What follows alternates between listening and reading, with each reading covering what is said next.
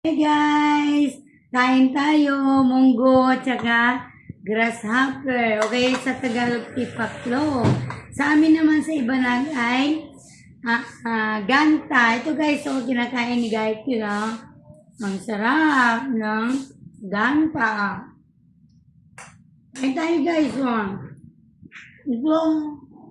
Ito ang ulam ko guys.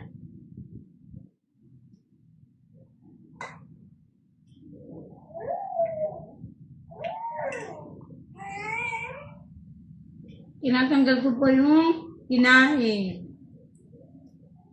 Sarap.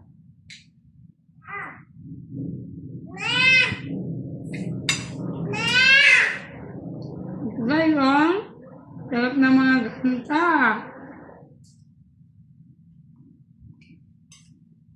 Ito guys, ang dami,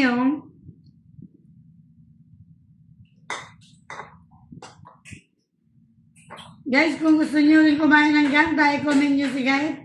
Papadeliveran ko kayo ng ganta. Maraming salamat po.